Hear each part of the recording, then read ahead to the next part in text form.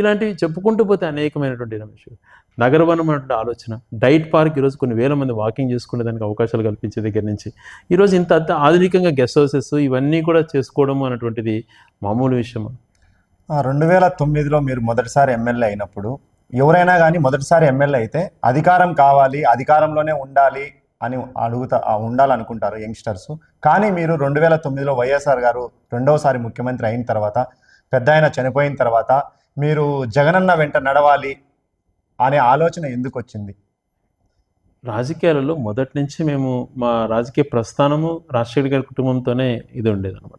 ఇది say about from 78 Rajasekhar గారు మొదటి ఎమ్మెల్యే అయినప్పటి నుంచి మా ఫాదర్ 81 మొట్టమొదటిగా పబ్లిక్తో ఎలక్ట్ సమితి ప్రెసిడెంట్ దగ్గర నుంచి కూడా రాజశేఖర్ గారు అడుగుజాడలో నడుస్తున్నాం. సో అలాగే కొనసాగుతూ ఉంది. అదే ప్రేమ జగన్మోహన్ గారిని అప్పని చూపిస్తున్నారు. ఆయన రాజకీయాల్లోకి ఆయన ఆదేశాలతోనే రాజకీయాల్లోకి వచ్చినాను నేను. సో ఆయన వెనక నడవకుండా ఎవరైనా వెనక నడవాలి. ఆ రోజు చాలా రిక్వెస్ట్ చేసుకున్నాను, ఆయన ఒక్కరు రాజీనామా చేస్తే లేదు నేను వెనకలు తోడు ఉంటానని. ఆ రోజు జగన్మోహన్ రెడ్డి గారు ఇప్పుడు కాదు సమయం వచ్చినట్టు చెప్తాను, ఆ రోజు నువ్వు ఖచ్చితంగా వద్దులే అని చెప్పి ఆదేశాలు చేశారు. అనేక నిందలు ఆయన ఏ తప్పు చేయకపోయినా ఆయన పడినటువంటి మాటలు ఏ నాయకుడు భరించలేడు.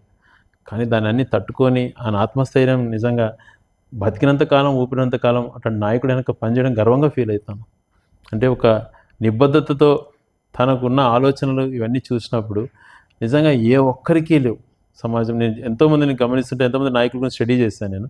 కానీ రాజశేఖర్ గారి తర్వాత నిబద్ధత, తనకున్నటువంటి మంచితనం, ఎప్పుడు ఎంతసేపు నెక్స్ట్ జనరేషన్ కోసం ఏం చేయాలి, ఉన్నంతకాలం ఏ రకం ప్రజలకు ఉపయోగపడాలి అనే ఆలోచనలు కానీ, తను ఎన్ని ఆరోపణలు చేసినా కాలమే సమాధానం చెప్తుంది అని చెప్పి తన పని తను చేసుకున్నటువంటిది నిజంగా ఏ ఒక్కరు చేయరు. ఆయనకు మంచి గుణం ఇచ్చాడు దేవుడు.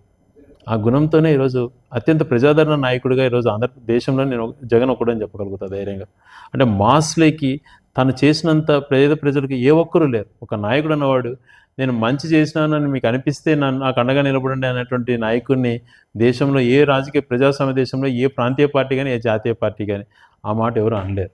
అది ఆయనకే సాధ్యపడింది. అప్పుడు జగన్మోహన్ రెడ్డి గారు వెనకాల నడవాలనే ఉద్దేశంతో ఆయనకు అవసరం అనుకున్నప్పుడు మేము ఆ రోజు మేము అసెంబ్లీ నిలబడ్డామని మేము డిస్క్వాలిఫై చేశారు. బై ఎలక్షన్ కూడా రావడం జరిగిన విషయం మీకు అంతా కూడా అంతా తెలిసిన విషయం.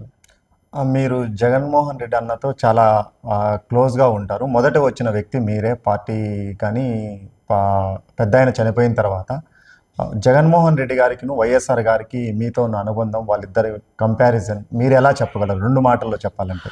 రాజశేఖర్ రెడ్డి గారితో అంతకుముందు చిన్నప్పటి నుంచి కూడా నా ఇంటికి వచ్చినప్పుడు అనేక సార్లు తనతో జస్ట్ పరిచయం ఉండేది. అమెరికా కానీ 2002లో వచ్చినప్పుడు తనతో దగ్గరగా తిరగడం, తర్వాత 2003లో ఆ ఎన్నికల్లో నేను పూర్తిస్థాయి యాక్టివ్గా పాల్గొన్న తర్వాత 2004 నుంచి నేను యూత్ కాంగ్రెస్ దగ్గర నుంచి తండ్రితో పాటు అనేక సార్లు తన దగ్గరికి వెళ్ళటం, ఎంతో చనువుగా ఆయన మాట్లాడుతుండడం, ఉదయం 4 గంటల ఇంటర్వ్యూలో కూడా అనేక సార్లు ఆయనతో కలవడం, ఆయన ఒక క్రమశిక్షణ, డిసిప్లిను, ఆయన ఆప్యాయతను చూసి ఎంత మాట్లాడుకున్నా తక్కువే.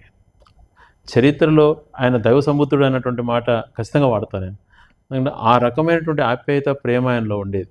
అంటే తను ఆలోచన పరంగా వచ్చినటువంటి విధానాలలో అంటే ఒక పెన్షన్ ఇవ్వండి అని ముసలివాళ్ళు ఎవరైనా ఆ కాలంలో అడిగేటప్పుడు 70 రూపాయల పెన్షన్లో ఆ లైన్లో తీసుకున్న వాళ్ళు ఎవరెవరు చచ్చిపోతే నీకు ఇస్తానని చెప్పే రోజుల నుంచి అందరికీ ఇవ్వండి అర్హత ఉన్న వాళ్ళకని శాచురేషన్ మూమెంట్స్ తీసుకొచ్చి, శాచురేషన్ మూమెంట్లో హౌసింగ్ కానీ, శాచురేషన్ మూమెంట్లో పెన్షన్స్ కానీ ఇలా ఇచ్చేటువంటి కాన్సెప్ట్ తీసుకొచ్చి ఫ్రీ కరెంట్ అన్నటువంటిది ఎవరైనా దేశంలో ఫస్ట్ చేశారా? రైతుకి ఎంతో ఉపయోగకరం.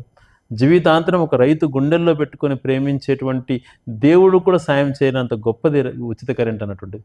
ఆరోగ్యశ్రీ, పేదవాడు ఈరోజు లక్షల మంది ప్రాణాలతో ఉన్నారు అని అంటే పేదవాడు ప్రాణాలతో ఉన్నారు అప్పులకు పాలు కాకుండా అంటే ఆరోగ్యశ్రీ వల్ల. ఈరోజు ఉన్నత చదువులు చదువుకొని ఈరోజు కొంతమంది మాట్లాడుతుంటారు తమ్ముళ్ళు నా వల్ల మీరు అమెరికాలో ఉండారని చెప్పి. అటువంటి ఎందుకంటే నాకు రాజకీయ విమర్శలు చేయడం ఎందుకనే నా ఉద్దేశం.